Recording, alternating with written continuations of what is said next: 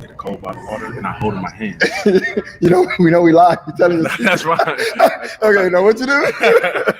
It just slide in a little bit in that screen.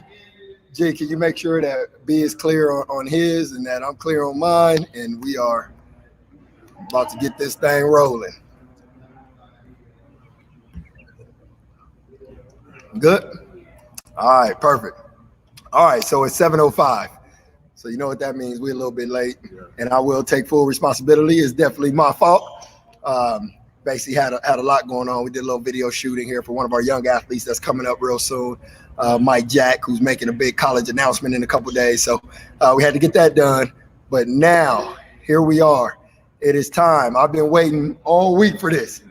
I can't front. I've been super excited about it, man, just because, the history and our past, our history, and then watching what you've been able to do at every level.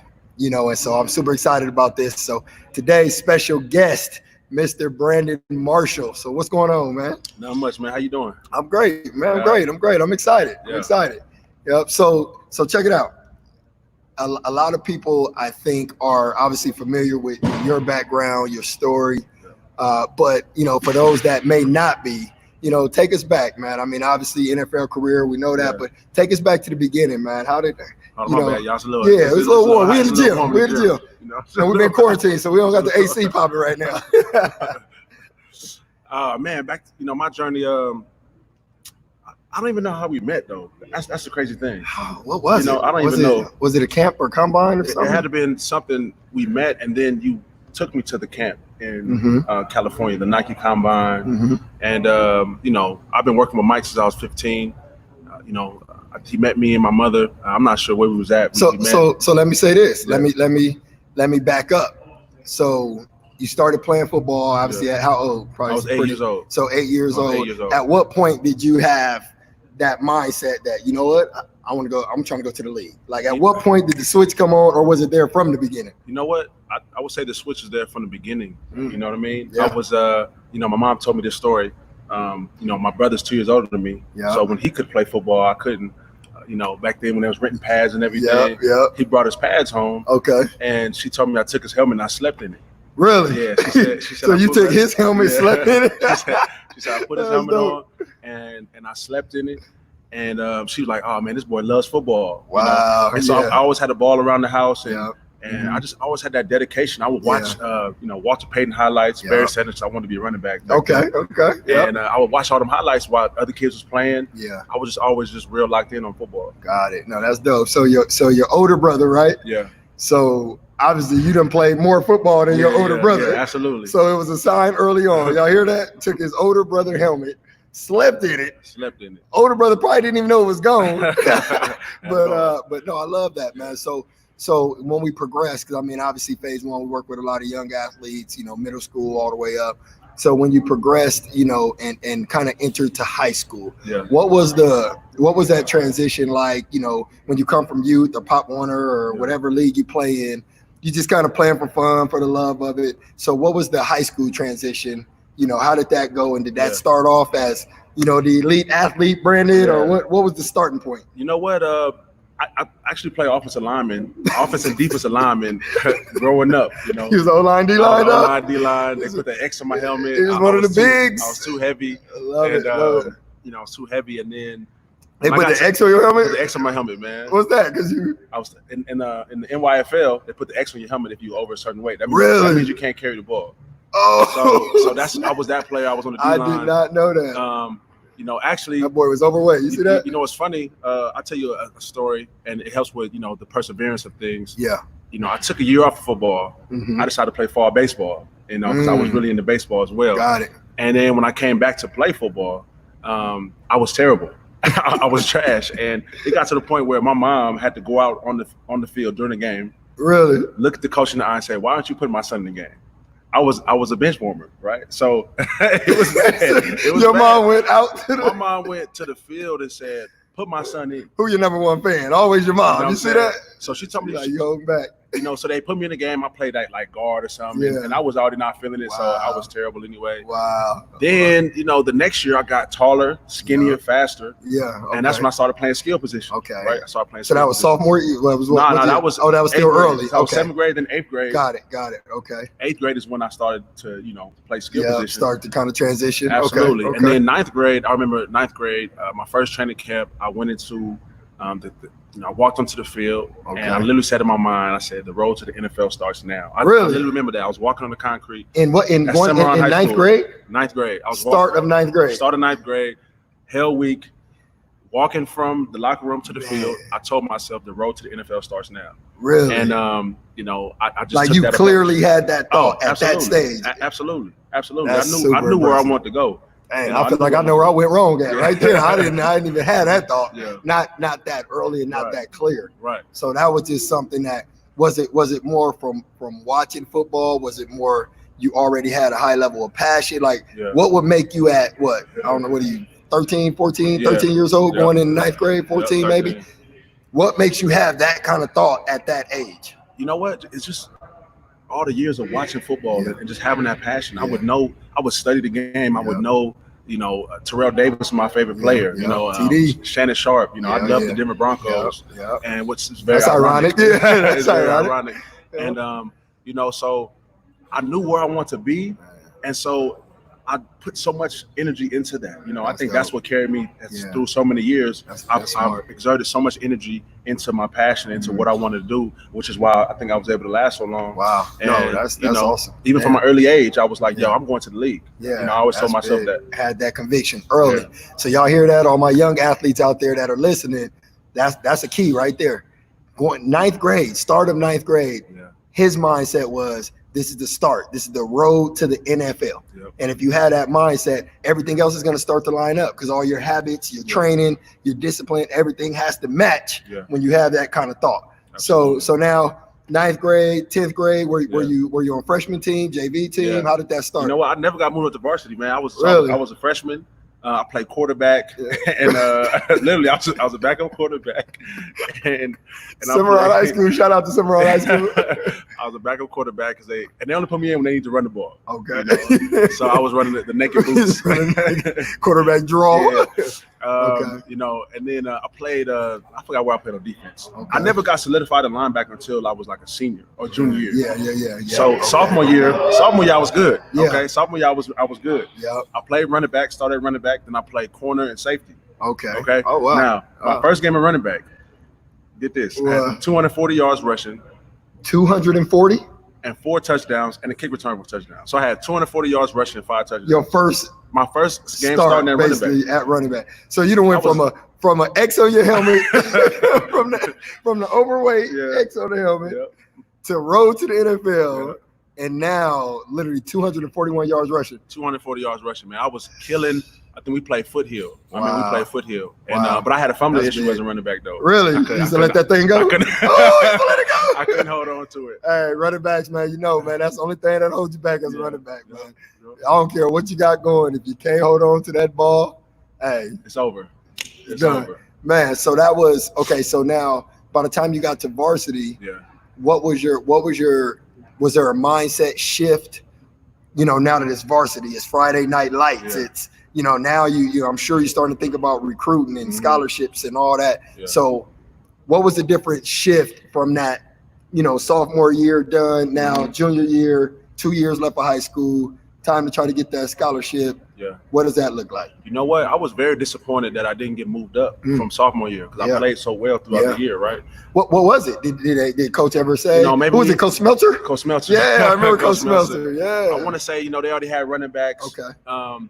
And I wasn't really a corner or a safety. I wasn't really a safety. I had me a safety, but it didn't even feel natural. So maybe they was like, well, we don't know what to put him at. But I saw all my friends get pulled up. Guys, I thought I was better than, and then they got pulled up. So I used that as motivation. So going to my junior year, I worked out extra hard. I never missed any workouts, off-season workouts. And, they was like, okay, you know what, Brandon, we're going to put you an outside linebacker. And I was like, all right, let's do it. Let's do it. And I started the whole year outside linebacker. Love it. No, so the key, so I'm just listening as you talk. And so the fact that you did not get called up or basically moved up to varsity. Yeah. As a sophomore, when obviously, I'm sure 5, 6, 7 dudes from the team, whatever it was, went up to varsity. Yeah. So that gave you, it sounds like, that little chip on your shoulder. Absolutely. That like underdog mentality, that like, like I'm not good enough when I feel like I'm better than y'all. But absolutely, so is that, would you say that's the start? Because one thing I've always admired about what you've done at the pro level is that mentality and that work and that perseverance. Would you key that as one of the kind of starting points to having that mindset? Yeah, absolutely, man. I've always tried to find something. Yeah. And to add that chip to my, on my shoulder, Yep. extra motivation. Yeah. Find something to be mad at. Like, Yep. okay, you don't want to move me up. Remind me of The Last Dance. Absolutely. MJ did mad at everything. He looked at me crazy. It's home. I gotta kill him. And so that's what I did. And so I just kept working, and I just felt like I was really a late developer because I never had one specific position. They had me at, like I said, quarterback. While everybody else is running focused back. on learning one thing, I was everywhere, and they was like, well, we could put him here and here. Yeah. And I had 2 actually returned for touchdowns my sophomore year, punt and a kick. So I was like, man, I'm nice out here. Skill player, I can do it all. But put the athlete title. Absolutely. But see, once they put me at linebacker, that's when I finally, got my niche. Started getting comfortable. Yeah, but I was just a rusher though, So I didn't really get into my more edge. I was more coming off the edge. Look, I blitzed every play. Wow. Okay. I didn't really get into my linebacker position until I got to college. Wow, that's crazy. Wow. So I just used that extra motivation. Any type of I guess setback, a perceived setback in my mind. Yeah. That somebody said or something that happened to me, I just made it. So, okay, cool. I'm gonna prove you wrong. Yeah. And I did that day in and day out. Love it. No, that's huge. So right around this point, right around, I would say that sophomore, junior year is, I think, when we connected. Yeah. I think it was right around that sophomore year, somewhere in that window. I want to say it was like a phase 1 combine or something, and you came out and I got a chance to meet Mom and talk about training and what we need to work on.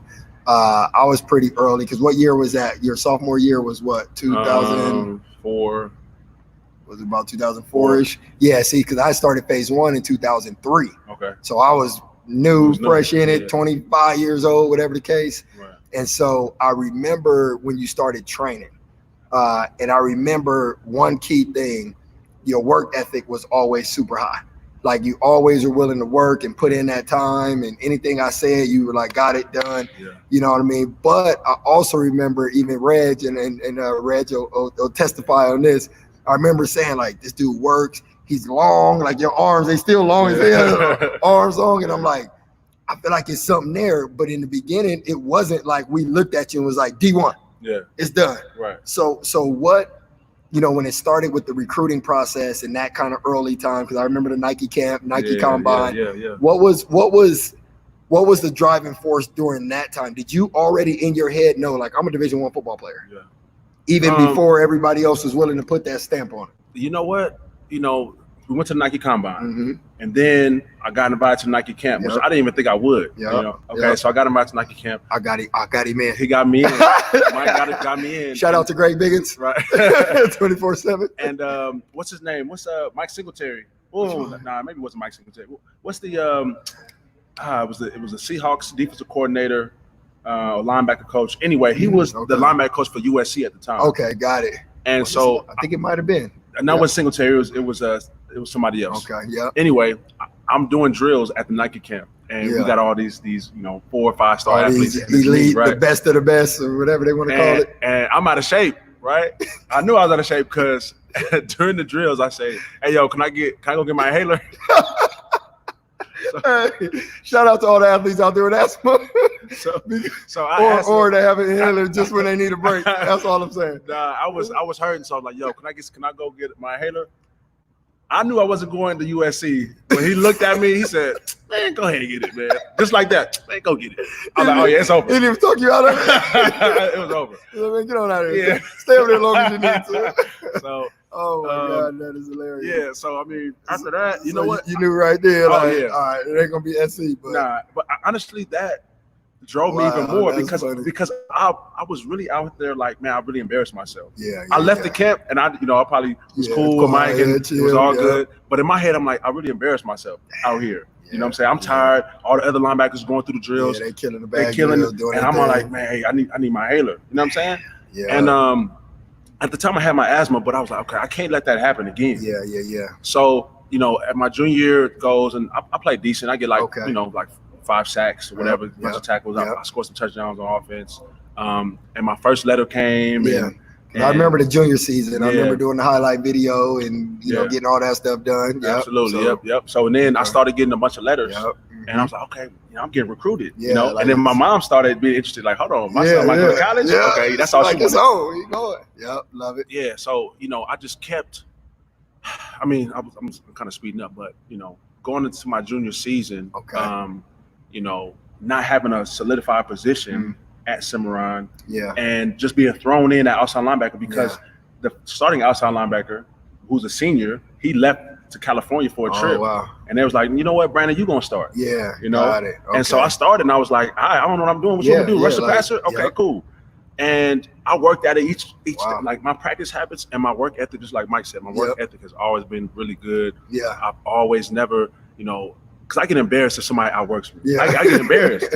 You know what I'm saying? Still to this day? To this day, I'm like, oh man, if somebody says something to me, I get in my head like, okay, let me prove them wrong in some way or fashion. Yeah. So I just always took that to the practice field and to the game field. Yeah. No, love it. So I remember, senior year, when your senior year started, if I'm not mistaken, at the beginning of the senior year, there were no offers yet. No at the beginning, right? No. And then the first one was Colorado State or Colorado State first, and then UNR came in pretty quickly after.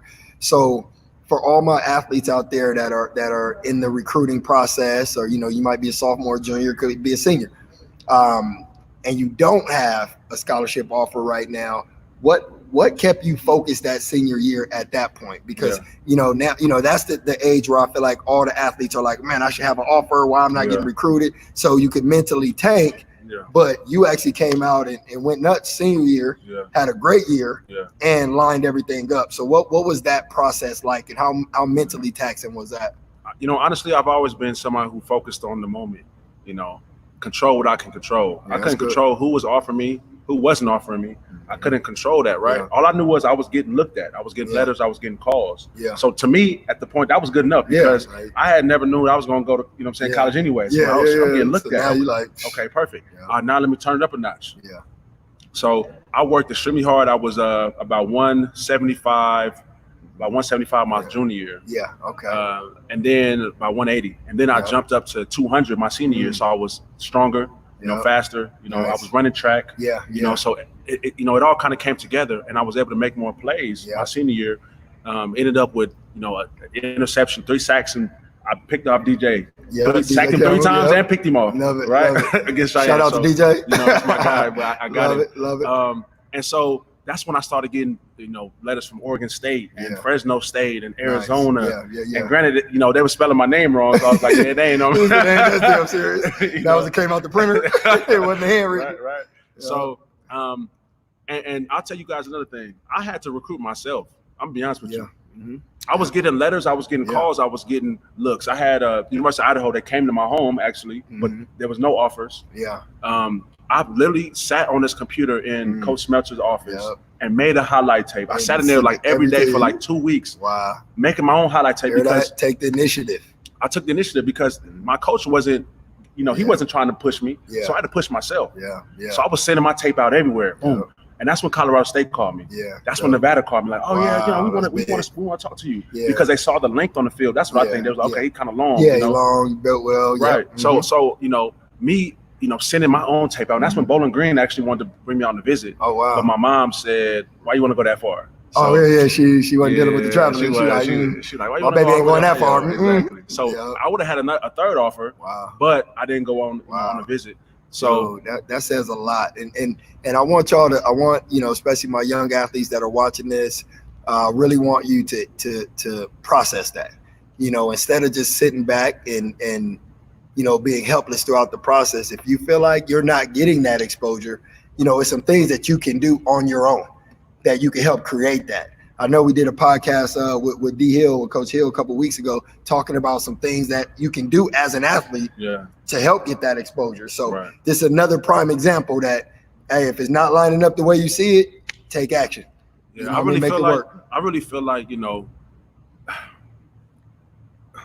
got to push through certain, perceived, maybe roadblocks or anything, because literally, like I said, I was making a highlight tape. Yeah. Then I would go through a college book, and I would literally go through college book. Okay, this is the defensive coach for UNR, right? It's a linebacker coach, Ken Wilson. Yeah. I sent him. Yeah. So I did all the work on my own. I literally did all the work on my own, and I sent it directly to Ken Wilson.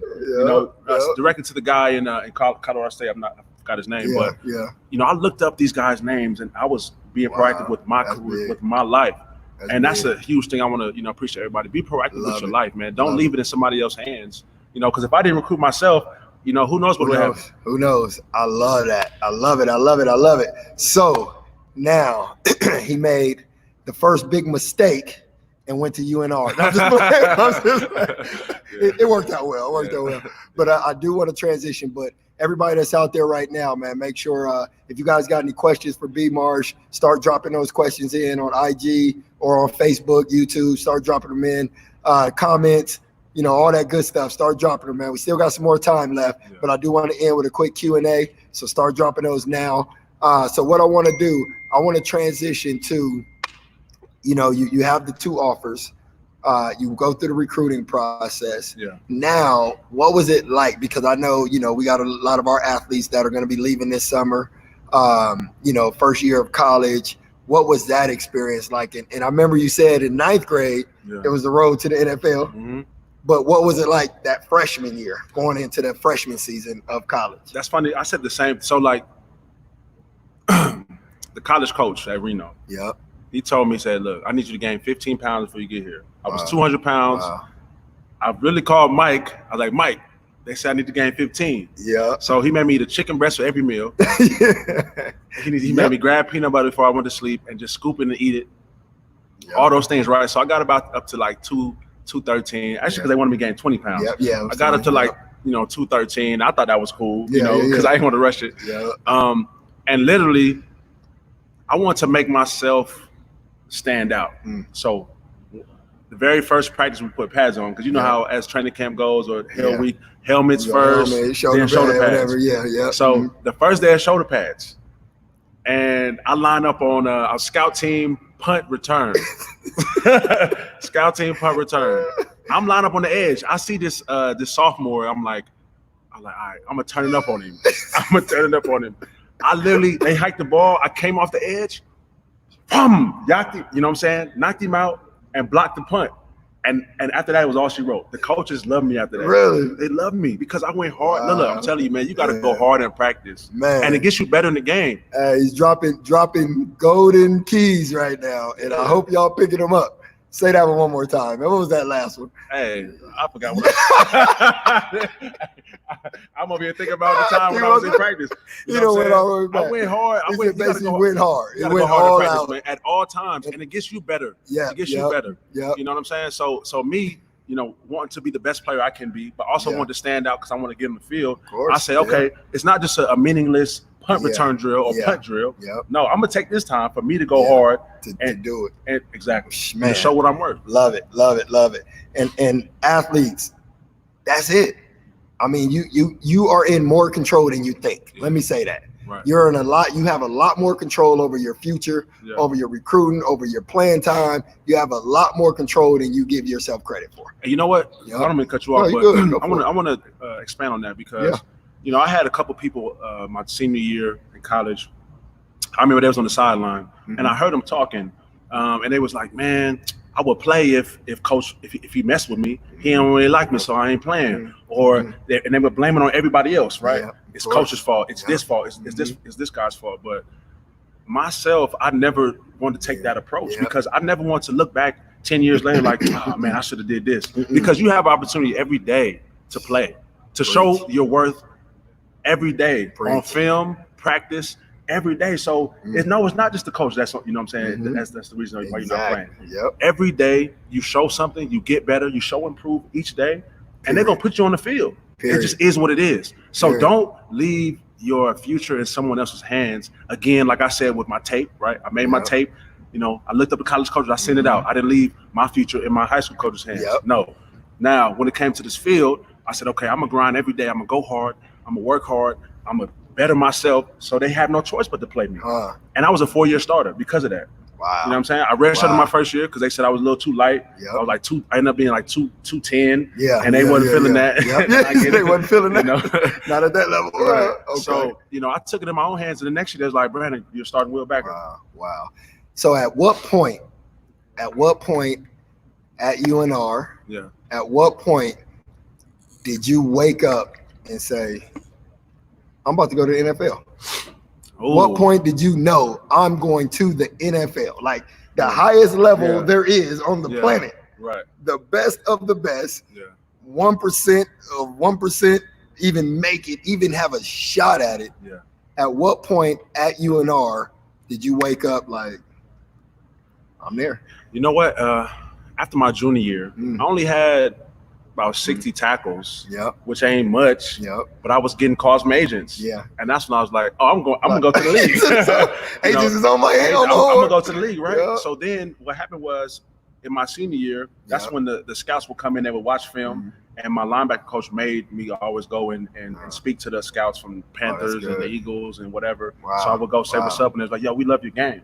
So this is what I did. So I made a huge jump from my junior year to my senior year. So my sophomore year, or my freshman year, I had about 30-some tackles. It wasn't very productive. Sophomore year and junior year, about 60 and 63. And I was like, that's not gonna get it done. I got it. Especially from UNR. It's not gonna get it done. So at that time, man, I was living a college life, man. I was having fun. You know, I was turning up, right? Turning up. It was girls around. So I was like, okay, you know what? If I want to get to where I want to be, I got to put all those things behind. I got to sacrifice. I tell kids all the time, you got to sacrifice.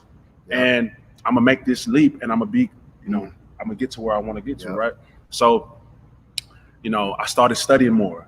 You know, I stopped hanging out as late. And I started doing the things that I needed to do to improve upon myself, right? So my senior year, I ended up having 103 tackles, right? That's like a 40 tackle jump. Wow, that's big. You know, I led the team in tackles.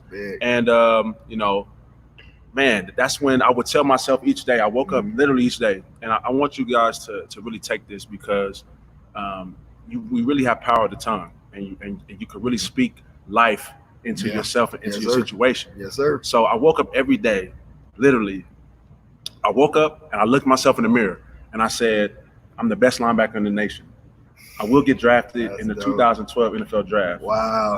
I will make an all-star game. And I will get invited to NFL Combine. I wanted those 4 goals, right? And I told myself every day, day in and day out, I'm the best. I will get drafted. I'm going to the Combine. I'm going to an all-star game. I would say it. And guess what happened? All of them happened. All 4. I got drafted. And to get drafted, you got to be one of the best in the nation, right? So hold on, because I can't allow people to miss what's going on right now. I can't allow them to miss this. So freshman year, 30 tackles. Sophomore year, 60 something. Junior year, 60. Here's the first key. Realized that I'm not 100% focused. Partying, college, it is what it is. You know what I mean? A lot of athletes go to get lost in that mix. You know what I mean? So you really never reach your potential, because the energy that you should be investing into your future, into your career, is going too many different directions, too many distractions. He realized that, refocused, came back and added plus 40 tackles? Plus 40. Plus 40 tackles. Interception and senior year. Sacks, everything. Senior year, and literally lined up the opportunity to play at the highest level in the NFL. Absolutely. That's big. And I love, touch a little bit more on that mental part, man. To wake up every morning and have those 4 goals, and to say that with confidence in that mirror, I mean, that's key, man. I think a lot of athletes don't take advantage of the mental. You know what? Because I knew I had a consistency issue, you know, and it's funny because I went to my linebacker coach and I said, yo, how can I be more consistent? You know what he told me? And he said, yo, B, it starts with your life. You know, he said, It's how you brush your teeth. It's your routine. It's how you do things day in and day out. He told me that my junior year, because my junior year, you know, I was playing decent. I didn't even like to scheme. You know what I'm saying? I was playing whatever. You know, I was getting like 4 tackles a game, which was nothing. And he told me to change my routine. He said, be intentional in how you even brush your teeth. He told me, like, he said, look, man, I hope y'all listening. That's all I'm saying. Brush your teeth a certain way. And your routine has to be on point. So once I really internalized that, because he told me that about halfway through my junior year. Man. And I didn't even internalize it my junior year. Wow. But in the offseason going to my senior year, that's when I really internalized it. And I said, yo, if I want to go to the league, I need to be consistent. Because I was benched. Everything. I was benched before, like my freshman year, actually my sophomore year, I got benched because of some inconsistencies. So I was like, okay, let me shore that up. And it's a life thing. Yep. Every area. it's a life thing. And here's a quote that ties that together. Yeah. How you do anything is how you do everything. Yeah. It's consistent in every area. So as a young athlete, I mean, from simple as waking up in the morning, making your bed, the simplest things that you line up, you're just creating consistency and habits and positive influence. And man, I love that, dude. That's big.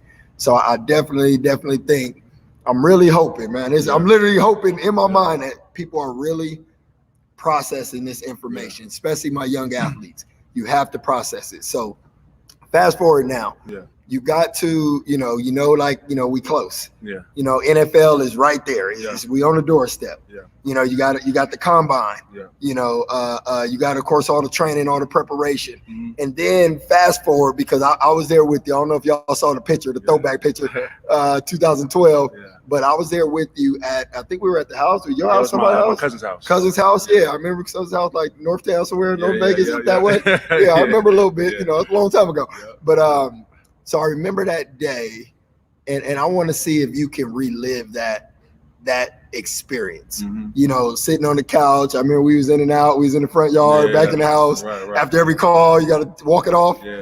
You know what I mean? So what was that experience like? You know, because I know there's some athletes that just got drafted, a whole new class is in, and then athletes, of course, that are on the doorstep. What was that experience like? I'm talking literally draft day. Oh, draft day. You know, I was getting word that I would be a 3rd to 5th round pick, right? The Bears said 3 to 5, the Bucks said 3 to 5. Okay. And so, you know, round 3 starts day 2. Day 2, yep. So I'm watching day 2, locked in. I'm like, okay, it didn't happen. Day 3, I'm like, all right, it's my time. I know. You know, I want to make sure everybody at the house. Yeah, sure everybody there. I'm thinking it's gonna be the 4th round, right? I'm like, okay, so I'm preparing, and I'm kind of nervous. And then people called on my phone during the draft. I'm like, yo, don't. Come on. You got to be NFL team for this phone to ring. Don't call my phone. And, you know, I just wanted to make sure all my people that was close to me and that, you know, loved me and I loved them was there to share that moment with me, because it's special for me to share my moments with people that I'm close with and I love, right? For sure. So I was really waiting on my grandfather, you know, God rest his soul. He passed away a few years ago. I was really waiting on him to get there. Yeah. You know, everybody else was there. I'm like, I got to get my granddad here. Yeah. So my granddad finally showed up. He had his Lakers jersey on. He's a huge Lakers fan. And I was talking to him, and I had my phone face up right here. So I look, and then it said 904. It was 5th round, and it said 904. And I'm like, oh, I remember this number, because I had a call from him before. Picked up the phone, and it was a general manager. It's like, hey, how you doing? This is Gene Smith, you know, from the Jacksonville Jaguars, and we're going to take you to this next pick. You know, congratulations. Yes, sir. You know, and I was like, oh my God. Wow. It was surreal. It was surreal because I've watched the draft so many times when I was growing up, year after year. I would just watch it because I was so interested in the draft. Yeah. I was just really interested in who Charles Rogers was. You know, rest in peace, right? I remember him because I would study him. And I'm not even a receiver, but I would just like to study the players just because I love football, right? Wow, that's big. For my name to get called and then for me to see my name on the ticker at the bottom of the screen, right? I was like, yo, this is crazy. Wow, it's real. It's real. It's real. I love it, man. Yeah, so that's got to be one of the best feelings that you've had. Oh, yeah. So now let's fast forward, because I do want to get, take a little bit more time before we get to the next one. Shout out to Samuel. I'm checking in, I think, over there with you. Checking in over there. Checking in. Shout out to Tony on there, inspiring. Yes, we will have Alfred and all our young athletes watch this. Shout out to Miguel as well out there dropping nuggets. His son, real nice quarterback too, out in Cali. So, nice. You got DT on here, Darren Turner. You know Okay, what's Darren up, Turner, DC? Jordan. Yep. Yeah. What's up, man? Original Clue checking in tonight. Yep. So, NFL. I know you got the draft. You like, I'm about to go shut it down. Yeah. It's on and popping. Yeah. Pro Bowl right now. Absolutely. Rookie of the year. Let's get it done. I'm here. Yeah. B. Marsh is on the scene. Yeah. But it didn't go as well as you planned from day one. From day one. Literally, I walked into the cafeteria and I got introduced to the vets of the linebackers. And me, I'm like, I'm the new kid coming in. I'm about to play, right? I'm gonna put somebody to play. So I'm talking to the vets. I'm like, what's going on? And I'm very humble, but I'm like, yo, okay, what position y'all play? Because I play Will. And they're like, okay, yeah, da. And they probably looked at me like, what you mean? So you ain't got no position. Exactly. So I get there, man. And I remember I get an interception one of the first couple of days. I'm like, all right, cool, right? And then, but I barely made the team. I knew I barely made the team because when cut day came, I was stressing. I was like, you felt like you just didn't do enough yet? I knew I didn't do enough, but what saved me was I was drafted, right? Yeah, so they didn't invest a little bit of money now, right. So then also my special teams wasn't on point. And for all the young guys that are out there, your special teams gotta be on point. Tuck your ego, focus on special teams, lock in your spot. Yes, your special teams gotta be A1. So, I ended up playing on special teams because they were like, he's a linebacker, he's drafted, so let's put him out there. Wow. I only played about 5 games my freshman, my rookie year. Yeah. And I got cut twice that year. Actually twice in 1 week, if I'm being honest with you. Wow. I got cut on a Thursday. I got cut on a Friday. Then I got cut again on a Thursday. And they brought me back both times. Yeah.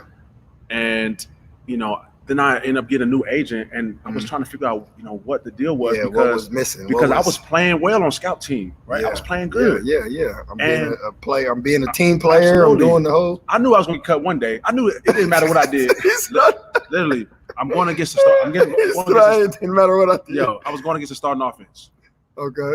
Win the red zone. Yeah. And that's when Blaine Gabbert was starting. I know y'all remember Blaine Gabbert. Yeah. Blaine Gabbert drops back, throws it to the tight end. Pick it off. I run it back. And usually the D coordinator is all hype. It's all, Mel Tucker, right? I think he's actually the head coach maybe at Georgia now. Okay, yeah. So he normally gassed up, ready to go. Gassed up. So I'm running past him with the ball, and he literally looks at me and looks at his paper and keeps walking. I'm like, damn, that was weird. You know what I'm saying? He already checked out. He didn't get excited. He going tonight. After that, yep. Damn. The GM was like, yeah. Oh, actually, my bad. The Reaper was like, hey, yo, B, the GM wants to see you. Oh my God. What'd you call him, the Reaper? The Reaper, man. The Reaper. It's always a guy that comes and everybody's on alert in the locker room when he's just walking around. He's like, don't come over here, dog. Man, so no, that's what kind of pressure is that? Yeah. To know that you already got cut. Couple times, and to still come out and perform. What kind of mental was that? To show up every day and go 100, knowing that you're kind of looking over your shoulder the whole time. Absolutely. You know what I mean? Like how is that mental compared to the rest of your the career? I'll be honest with you. It was a time where I lost confidence in my game, and I think as life, things happen, right? And sometimes you might get insecure about something because based off, you're getting released or someone telling you not good enough or you're not playing good enough. And so that was one of the things I really cared about. So it kind of got to me. Yeah. I'll never forget. I think what turned it around for me, I was literally walking to practice one day and my guy, Greg Jones, he played at Michigan State, won the Super Bowl with the Giants. He looked at me, he was like, hey, yo, B, he said, hey, I've seen you play. And I don't know why they treat you like they treat you. Really? And when he told me that, he kind of gave you that stamp of approval. And it's like I needed that. Yeah. Damn. I don't know why, but I needed that. Yeah. You know what I'm saying? And from somebody that's like, he got nothing out of that. It was just how he felt. So when he told me that, I was uplifted. That's why the power of words and maybe you could speak life into somebody else. Yeah. We could speak life into other people. Yeah. He spoke life into me. Literally.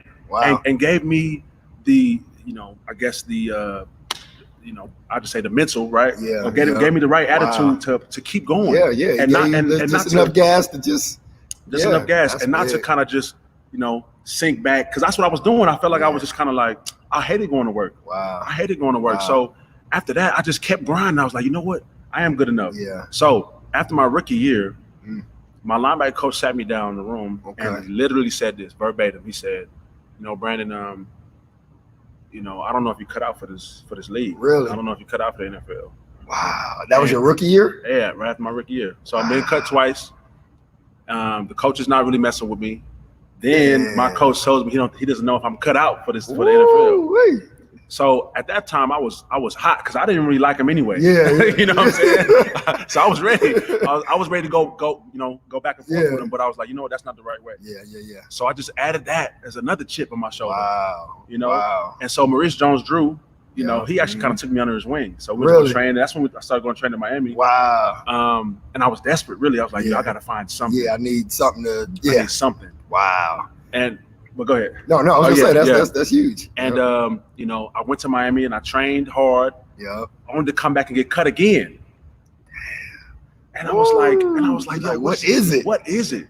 Right? Damn. And you know what? But I told myself, I always had a strong mindset. Yeah. Tell myself, control what you can control, and go hard until the end. Wow. I always tell myself, I don't want to have any regrets, so I'm gonna go hard until it's over. Yeah, when it's done, it's over. It's over. And I knew I gave it my all, right? So when I got cut again, and then the Broncos and the Raiders called me, I was like, okay, I got a new life. Yeah, yep. I decided to go to Denver. Love that, love it, and that's perfect transition because that's where I want to kind of transition. Yeah. Because you go through all the battles, as far as the NFL, those first couple years, you go through the battles when a lot of people would literally be thinking about checking out. Yeah. Some of them just kind of come home and they go at the end of the day, they start going, maybe my coach is right. Maybe it's not for me. Maybe, he a coach. Absolutely. He been coaching 20 years. Yeah. He knows that I'm not cut. He knows. Yeah. But instead, you were able to stay focused, and then we fast forward. Mm-hmm. And I remember when you went to Denver, if I'm not mistaken, I think he was on the practice squad the first season? First 16 weeks. First 16 weeks, okay. Yeah. On the practice squad. Yeah. And I'm curious to know, during that time on the practice squad, did you have that new life, that new energy of like, I'm working, I'm in it, I'm here, I'm about to make this work? Yeah. Or was it just like another sign, I'm on the practice squad? Nah, I actually had that new energy, that new life, like a fresh start. Yeah, dope. And if I'm being real, because I'm very introspective and I know how to really be honest with myself. Mm-hmm. When I look back, I felt like I was playing the same ball I was playing in Denver, in Jacksonville. Literally the same ball. I was going hard. I was playing the same ball. Yeah. But Denver was giving me Scout Team Player of the Week almost every other week. Yeah. Scout Team Player of the Week, number 54, Brandon Marshall. Wow. You know what I'm saying? Yeah. And it got to the point where when Peyton Manning noticed me, and I knew he noticed me because the offensive coordinator came up to me and was like, yo, you're doing your thing, man. Wow, that's he said, watch, I got something for you today. So it's almost like they were scheming against me. Yeah. A Scout Team player. Yeah, they treat you like it's game day. Hey, right. He gonna bite on this. I know we gonna actually move on this. But to have that stamp of approval by Peyton Manning, the GOAT. Yeah. You know what I'm saying? That's huge. That's huge. Yeah, that is. And so, unfortunately, Von Miller got hurt. Mm-hmm. He tore his ACL, but that gave me opportunity to play. Yeah. That's huge. And, coach said, okay, it was week 17, we was playing the Raiders. Mm-hmm. And they said, okay, we're gonna put you in this game. Mm-hmm. And this is gonna be your test to see if you play in the playoffs. Wow. We was the number one seed. Yep. Remember that. And I played well on special teams. Mm-hmm. So they put me in. I played well in the playoffs. And actually, I got special teams player of the game in the Super Bowl for my team. So, jeez, that's dope. So here's what it felt like from the outside. And then I want to fast forward to the, we got about 10 minutes left. So I want to fast forward to the rings and, Super Bowl situation. Yeah. But before that, what it felt like to us meaning, like DT, who's on the live right now. Yeah. Me, our Phase One family. You went to Denver. Yeah. Practice squad.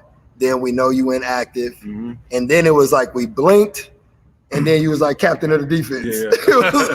it was like, oh, you on practice squad? He good. We hoping he might work out. Right. Okay, well, he active, man. Good. We happy like active. Yeah. Woo. At least you could breathe a little bit. Yeah. And then it was like captain of the defense, calling the signals, and then you just maintained that. You just stayed in that lane. How much, what was your confidence like throughout that period to where, you know what I mean, to where you were transitioning, and then, which we'll get to next, you wake up standing on the field in the Super Bowl. Right. You know what? It was kind of crazy because after my first year in Denver, you know, I was on practice squad, then I played, you know, Super Bowl, special teams, whatever. The next training camp, I was a starting nickel. Yeah. Right. Starting nickel linebacker, and I was rotating in, and we had our first scrimmage, and then I had on the bus to the stadium, I literally had that mental lapse or mental relapse again, second guessing my game. Really? On the bus to the stadium. On the bus on the way? On the way to the scrimmage. Yeah. And I had to talk myself out of there, like, nah, B, you're a beast. I had to tell myself, you're a beast. You're a beast. So I was grinding. I was behind somebody, right? Yeah. My boy Danny Trevathan, I love Danny. Yep. He broke his leg in practice. Oh wow. So then next man up. Yeah. So I was starting. Wow. The very first game I started, man, preseason we played the 49ers in Frisco. I had like 7 tackles in a quarter and a half. Yeah. And it was like, oh yeah, he's starting. He's ready to go. First game I started in the regular season, 10 tackles, PBU, tackle for loss. Wow. You know what I'm saying? Dope. And from that, I just kept, I don't know what it was. Yeah, you just, but I was on. Yeah, I was on, man. I was on. I was confident. I was hungry. I was studying. I was grinding. And I just felt. Yeah, like, I felt like you belong. Like I'm an NFL linebacker, not just I'm one of the. Absolutely. Yeah, man. I love that. So, how did that feel when you ran out the tunnel or wherever you came from on Super Bowl Sunday, dude? Yeah. Like every kid, I don't care, even if you don't even play football. You could be a kid that don't even play football, don't like football, but on Super Bowl Sunday, you think to yourself, man, what does that feel like to run out on that field? So walk us through that. We want to live it. What was that experience like? It's like a movie. It's like a movie. You know, you practice all week. Sunday morning comes, you wake up and you know, you kind of really can't sleep Saturday night.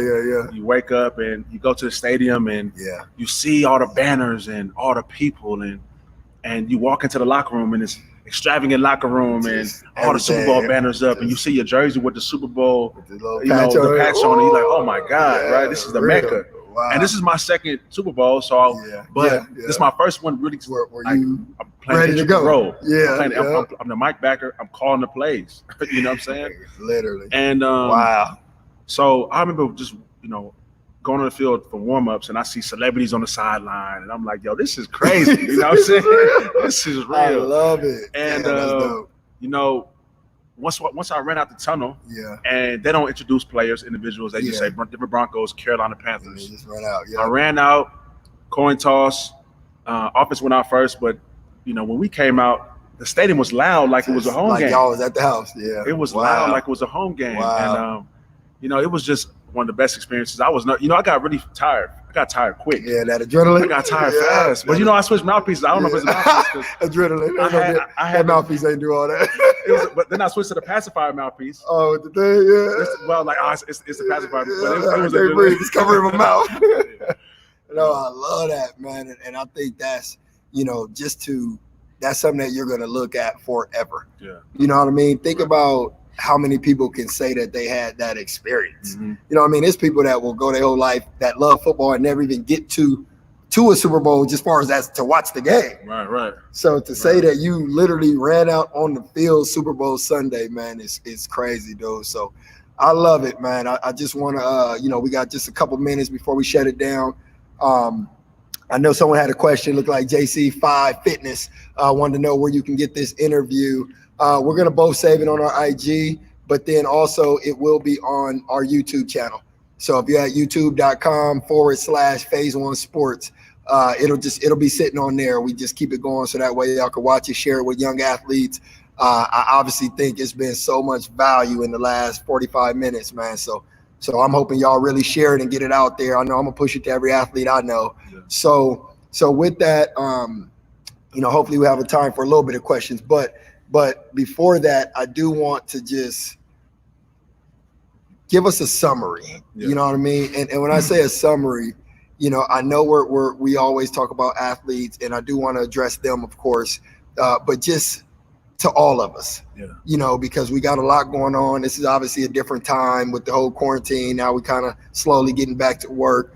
So it's going to be a lot of mental, you know what I mean? People adjusting. I mean, Lots of people lost their jobs. I mean, we just took a turn. Yeah. You've done such a good job of dealing with the mental part of it, the ups and downs, and staying focused and the positive talk and, everything that you do. Yeah. And even today, I don't know if you guys, know, even today, he's still training his butt off, and we worked through some injuries and stuff, and basically he's back to, we close to 100%. So he's still got a lot of football left. Yeah. So don't get it twisted. You're going to see him on the field real soon. Yep.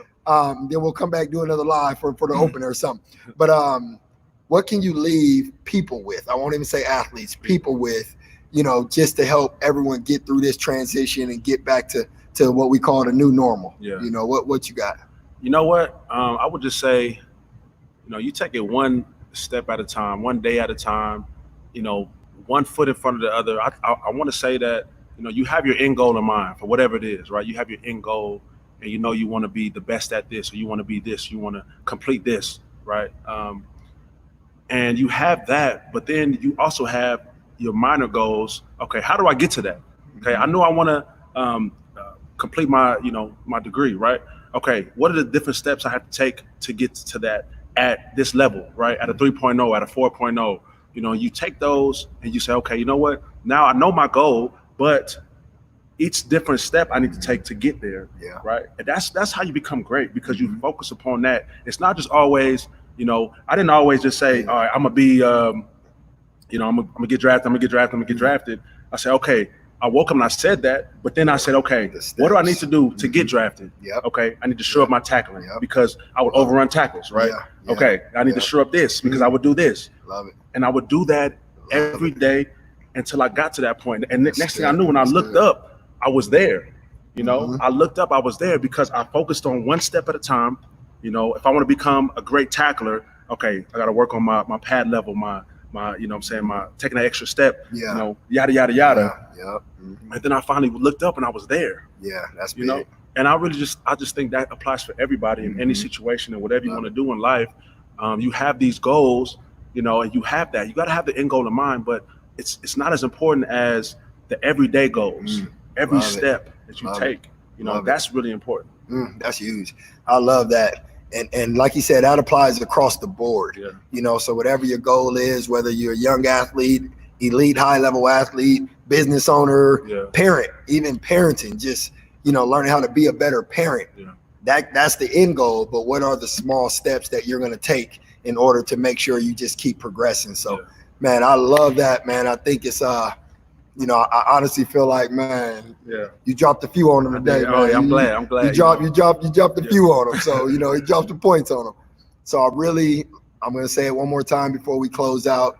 I really hope that we share this and get this information out to these young athletes, especially, but to anyone that needs to hear it, because, this young man's experience, and for myself to be able to work with them and have a personal relationship with them, I've watched them just grow and mature into the person that's sitting in front of you today. And the crazy part is, you guys just got a sample of who he is and what type of person he is. So look forward to not only the next few years of football, but just ongoing. He's going to create, some great things, not only in our community, but, all over, man, because he just has that type of mind and that type of spirit, man, to help people. So it's really been a blessing, man. I love it.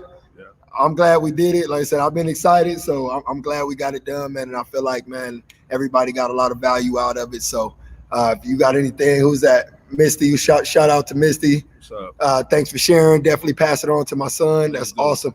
That's what it's all about. Who we got? We got Tim Huff.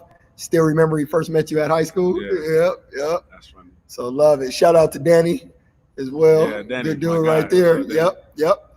Danny, another one, man, big on the community and pouring into the next generation. So once again, man, it's Mike, Phase One Sports right here in Las Vegas, Nevada. Got my boy Brandon Marshall, Super Bowl champ, and elite high-level person and elite high-level NFL player. So I appreciate that. You said person, elite high-level person. Yeah, man, literally. That's more important at the end of the day, man. But we definitely appreciate it. So thank y'all for tuning in, man. We're going to shut it down. It's been 1 hour. We went a little long, but I know it was worth it, man. So we see you guys on the next one. Thanks for tuning in.